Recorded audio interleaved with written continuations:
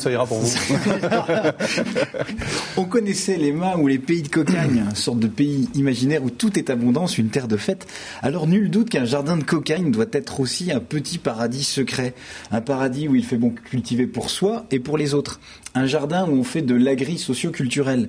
Car bien cultivé, l'esprit comme la terre engendre des fruits innombrables. Vous l'avez dit Stéphane, il avait raison ce Candide de Voltaire pour penser qu'il vaut mieux cultiver son jardin et trouver sa propre harmonie, plutôt que de philosopher et s'occuper de celle du monde. Autrement dit, faut s'occuper de ses oignons pour pouvoir avoir la patate et mettre du beurre dans les épinards de la vie, lui donner solidarité, optimisme et harmonie. S'occuper de ses oignons, c'est l'expression du jour. D'où vient-elle? Pourquoi les oignons? Voici 3 explications vraies de vraies, à peine inventées. À vous de retrouver la véritable. C'est la partie interactive de cette chronique. Première explication. Tout d'abord, les oignons, en argot et de par leur forme, désignent souvent les fesses.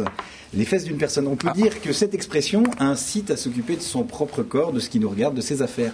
Autrement dit, mêle-toi de tes fesses a donné naissance à mêle-toi, occupe-toi de tes oignons. Première explication. Deuxième explication, en fait l'expression serait apparue dans les années 1920 aux États-Unis.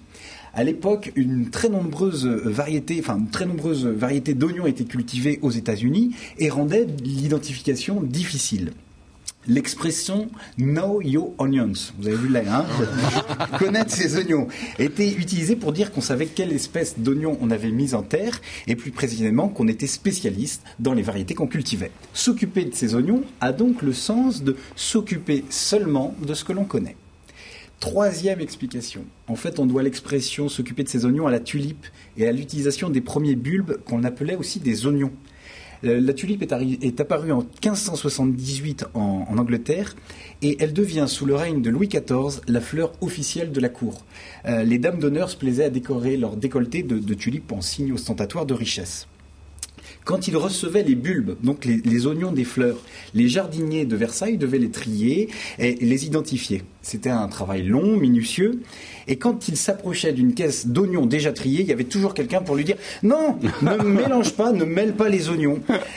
Il a été vite convenu que chacun s'occuperait de ses oignons. Et l'expression a perduré le sens qu'on lui connaît aujourd'hui. Alors, à votre avis, 3 explications, laquelle est la vraie? Je dirais la troisième. La troisième Oui. aussi. La troisième? Elle est trop mignonne. Elle est trop mignonne. J'aime beaucoup la troisième, mais je pencherai pour la seconde. La seconde.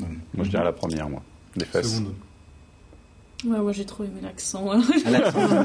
Eh bien, en fait, c'est la première, la forme des fesses, et puis la seconde, aux États-Unis, know your onions. Hein, Ah, d'accord. l'accent. C'est juste pour vous réentendre. Ah oui, yes, very good. Les jardins de cocagne sont des bio-jardins à la française où on y parle engrais première langue, ou plutôt engrais biologique. En fonction des lunes, on nourrit la terre à grands coups de passé composté. Et parfois, le passé est bien lourd et bien décomposté. Alors, pour faire fleurir sa vie, pour retrouver du sens, dans ces jardins de cocagne, on cultive ensemble des légumes pour faire des paniers, mais on cultive aussi ses amis. On discute, on rigole, on travaille. Ici, les amis sont partagés. On vit même à coup de RAMI, revenu maximum d'amis. On se nourrit, on boit ensemble l'amitié, jusqu'à avoir des poignées d'amis. Des amis de toutes sortes. Des amis en herbe, des vieilles branches, des potagers, des jeunes pousses, des amis qui germent, mais aussi des amis qui gerbent quand ils sont trop arrosés. Ici, on étamine, on vitamine, et ça devient vite un tsunami d'amitié. Bien sûr, on prend soin de ses amis, on les soigne, on a un côté tuteur, on les arrose à coups de rose. Oui, on est un peu fleur bleue, on a un cœur d'artichaut. Les amis d'intérieur, on les rentre pour éviter le gel. Les amis du dimanche, eux, on les sort pour les grandes occasions. Mais parfois, on se prend le chou. Alors, c'est la zizamie. Les amis sont passés au tamis. Amis figues, amis raisins. Mais on évite toujours que le jardin soit de castagne. On s'arrête avant que ça devienne une véritable calamitié. Car toujours ici, on préfère discuter, échanger, se cultiver. Chacun devient alors jardinier des mots. À grands coups de dents, les langues fourches. On bêche à la ligne, on retourne les mots et les idées. En suivant le sillon, on sème ses pensées. On les mélange, on les partage, on les arrose.